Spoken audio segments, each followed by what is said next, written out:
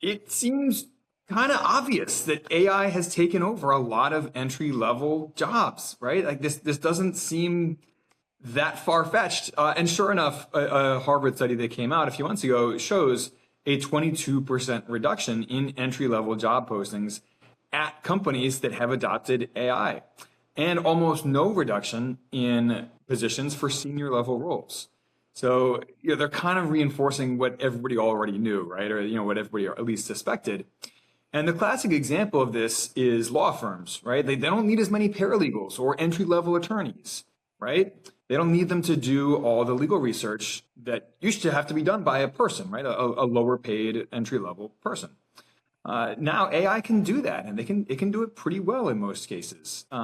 With some human oversight, right? So they still need some entry level people to kind of review that stuff. But they, There were movies that predicted yeah, oh this. yeah, absolutely. And hopefully one of those movies isn't The Terminator, right? uh, we don't need Skynet killing us all, but No. yeah, at those law firms, they still need those top dog attorneys who are showing up in court and like haranguing the jury, right? Or the powerhouse negotiating attorney who shows up at the table, with fangs bared, right? So you still need the top people, the senior level people. You don't need as many entry level people because of AI. So Ray Dalio, who is a billionaire hedge fund manager, he was speaking recently at the Fortune Global Forum in Saudi Arabia about how the bottom 60% of Americans are becoming dangerously dependent on the top 1% of Americans who are producing almost all of the wealth in this country. Uh, Wow. yeah.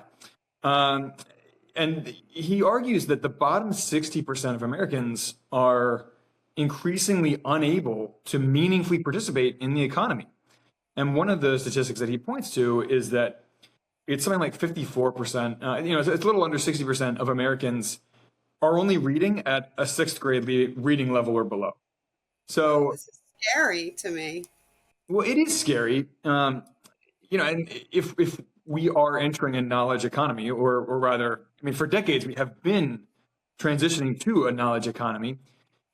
People who can't read above a sixth grade reading level, it's hard to imagine them not being left behind. Especially in an era where productivity is in many ways tied to your ability to use AI, right? Yeah. So, Although there are jobs that don't necessarily need or require AI, like your skilled trades and whatnot. absolutely, there will always be jobs that must be done by a human, or at least that we would prefer to be done by a human. Uh, Unless a robot can come along eventually and well, but even then, like, do you really want a robot nurse, right? Like, uh, do that. I mean, do you want to do you want a robot delivering the news that you have cancer? I mean, as a doctor, like, I mean, there are some jobs you would just prefer to be done by a person, even in, a far distant future where maybe robots could do some of this stuff. Uh, so tying it to real estate, there are a lot of ways that real estate can help shield you. For one thing, real estate provides many options for entrepreneurship. And entrepreneurs, AI is all upside for entrepreneurs, right? It reduces your labor costs, it boosts your productivity and your efficiency. So entrepreneurs, AI is a great thing for them. And there are a lot of ways that even people with no education, even people who read below a sixth grade reading level, for example, they have plenty of opportunities to start their own businesses in real estate. So the classic example is flipping houses. I mean, this is not something that can be, it's not a business that can be run by an AI. So we'll run through a really quick outline of some of the high level steps that are involved in flipping houses. So first, you have to market to connect with off-market distressed sellers. Right? You have to find people who are in foreclosure or who want to sell their house cheap or need to sell their house really quickly, potentially at a discount. Requires some marketing work. That could AI be used for that? Oh yeah, it can help you with that. Okay. Absolutely. So I used to write for a company called Simply, and they ran a CRM software for real estate flippers and wholesalers. And Oh, wow. this is part of what they did, is automate that process of like direct mail marketing and like importing lists and like scrubbing those lists to find the real estate owners who are the most likely to be in distress or to be willing to sell for a discount. So yeah, AI can, and they incorporate AI in their software. So yeah, you can use AI to help with the marketing and with a lot of these steps, but marketing in particular, that one, AI can help with that. There is an element of person-to-person sales required here to meet with these distressed sellers and express sympathy for their distress, whatever that happens to be, foreclosure or divorce or job loss or whatever. And to walk them through the process of selling. And there's an emotional component here, right? Like, I mean, these are owners who are at risk of losing their home to foreclosure potentially or some other reason. And they sometimes need a shoulder to cry on, right? I mean, this is a human to human That's where interaction. sympathy and feelings come into play, which we all know that AI does not have. Right. So, the next step here is assessing the repairs at the property, physically walking through it. What kind of repairs does it need? How much will those repairs cost? What kind of profits can you expect on the back end after all of your expenses? Not just the acquisition and repair costs, but also, holding costs, carrying costs, a margin for error. Financing all of this, right? Like working with a lender to borrow money. AIs can't borrow money. They don't have credit scores, right? Yeah. Well, yeah. Yeah, I guess all of this, you could add a yet to the end of every part of this conversation. But yeah, someone needs to actually borrow the money and implement this plan. Filing permits. You have to actually file a permit with your local office if you're going to go in and make non-cosmetic repairs. If you're going to replace the HVAC system, for example, you need to file permits for that. Yeah, I can't do that. Interviewing and hiring and managing contractors. Contractors, as you know, Denny, are some of the most difficult people to work with. Yes. And an AI is not going to be able to manage contractors. I can tell you that. It's hard enough for a skilled human manager to manage contractors. AI ain't going to cut it. And then overseeing those repairs, right? Like, showing up at the job site every day or every other day and like checking the quality of the work and saying, you need to go back and fix that. That's not done to our standards. And, there's a lot of that with contractors. Maintaining timelines, because often there are tight timelines. Oh, yeah. Contractors will blow every timeline that they can if you allow them to. I mean, you have to really stay on top of them. Working with human inspectors, right? So after you file those permits, a human inspector from your local municipality is going to come out and look at your work and, either sign off on it or say, no, you didn't do that well enough. Like, go back and get that up to code or, whatever. And then listing, staging the property, marketing the property for sale. You have to hire a realtor, or you don't have to hire, but, typically flippers will hire a realtor to do that, right? And then they will work closely with that human realtor to manage the marketing of the property for sale. And then negotiating terms with the buyer. The AI can't negotiate for you. It can offer tips, right? I mean, you can plug some of the numbers into an AI and ask for feedback, but a person has to do the negotiating, right? Right. So and make the final decisions on what is acceptable and what is not. So these are just a broad overview, and there are a lot of little mini steps that we skipped over there. But that's the broad overview of all the steps involved in flipping a house. And AI can't do that, right? I mean, only a person can do it. AI can help you with some of it, but it's a business that requires a person to run it. Wholesaling real estate, similar business, fewer steps, but you have to go out and find properties, distressed properties that you can get a deal on, and then you have to, build a relationship network of buyers, actual real estate investors who want to actually buy the property and then renovate it themselves. So, that's a business in itself. The BRRRR strategy: buy, renovate, rent, refinance, repeat. You're basically flipping houses to yourself to keep as long-term rental properties. Same thing. It requires most of the same steps, except instead of marketing the property for sale, you refinance it and you keep it as a rental and you market it for rent. Rental investing in general, even turnkey rental investing. Yeah, I can't do that. It can help. It can help you, identify properties that might be a good deal. It can help you run the numbers.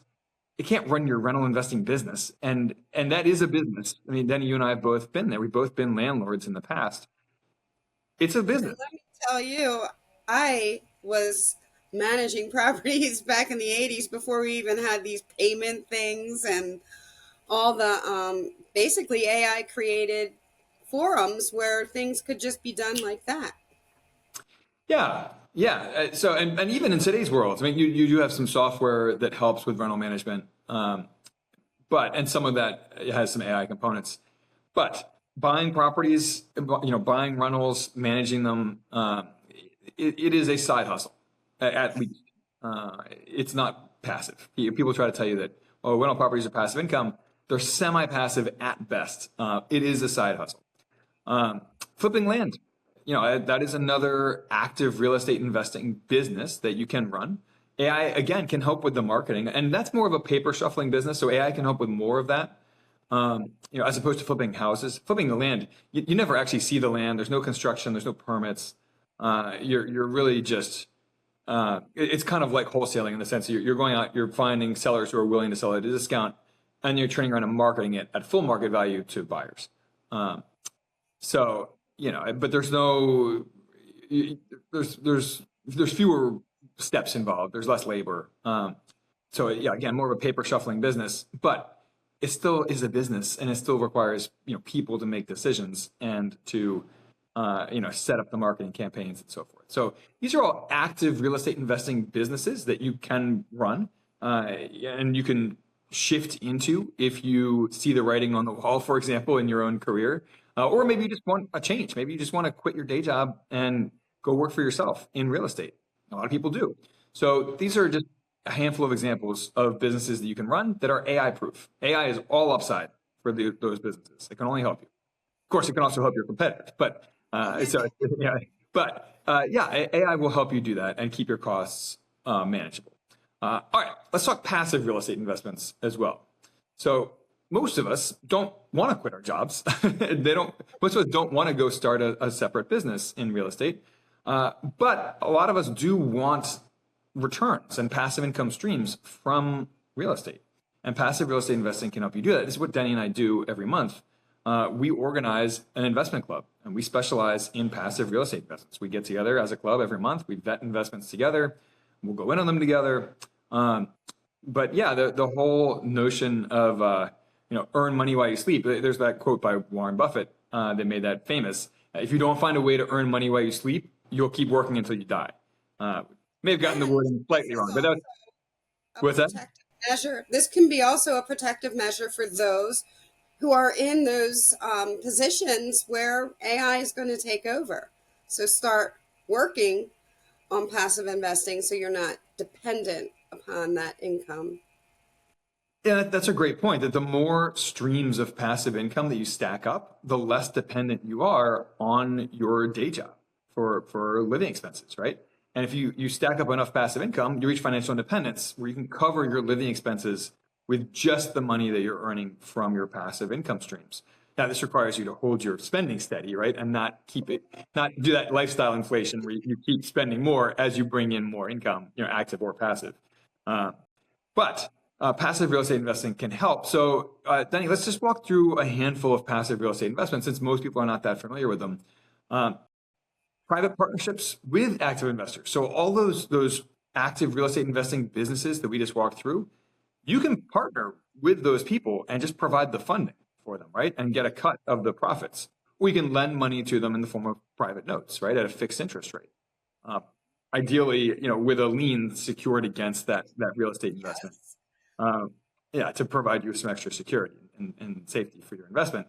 Those are two ways that you can earn money passively from real estate. You can invest in real estate syndications. We look at a lot of these in our co-investing club, where you basically become a silent partner in a larger real estate projects, often like an apartment complex, multifamily property, but it could be anything. It could be an industrial property, it could be a mobile home park. It could be retail shopping, anything. Real estate syndications, another option on the table for passive real estate investments. Equity funds or debt funds, that are tied to real estate. We've invested in a few of these in the co-investing club. And in fact, So one of those, as a quick example, was with a land flipping company.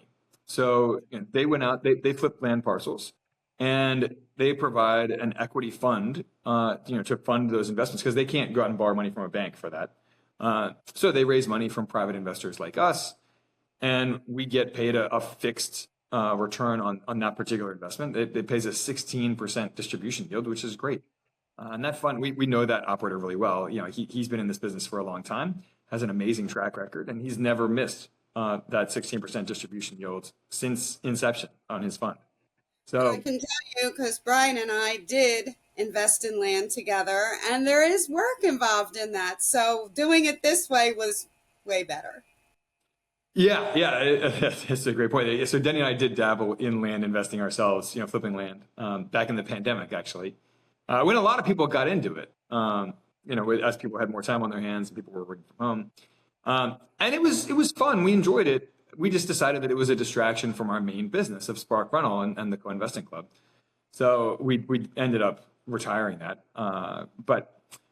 So these are a handful of passive real estate investments that you can make, completely separate from your day job or your day business, whatever. If you want to diversify and invest completely passively in real estate to create more AI-proof streams of income from real estate. So, Denny, anything you want to add before we call this episode complete? Just what I love to say to people, if you're creative, there are so many things that you can find to bring in passive income. And so many kids think, oh, I'm just going to work and spend and don't even think about what might be coming. And I think that we need to be teaching our kids to think about this a little bit more seriously. Oh yeah, life will always throw you curveballs. I mean, AI or not. I mean, there's always going to be a medical crisis or a family crisis. Someone in your family, has a crisis. You lose your job, or your entire career blows up either because of something you did or because the whole industry, it has a collapse. I mean, there are a million things that can and do go wrong every day. So, it's not if a curveball is coming your way, it's when. And AI seems like a really big curveball that no one can really predict yet, right? We use the analogy that it's kind of like cars in the 1920s or the internet in the mid 1990s. Like, people knew that it was a transformative technology and that it would have it would transform our society, but they didn't know exactly how, right? Right. And we're still kind of there with AI. Like, everyone knows it's going to be transformative, but it's not entirely clear how, what the end result is going to be of that. So protect yourself. And, real estate offers several ways to do it, either by starting an active real estate investing business or investing passively on the side. On that note, if you got something out of this episode, please share it, pass it on, like and follow the show. And if you didn't get anything you liked out of this episode, shoot us an email, support@sparkrental.com. Let us know what you want to hear more of or less of. And if you're not familiar with passive real estate investments or not as familiar as you'd like to be, we do have a free course on that, sparkrental.com/free. 8 videos, all super short and sweet, 5 to 10 minutes long. Check it out. And on that note, stay weird, unconventional investor.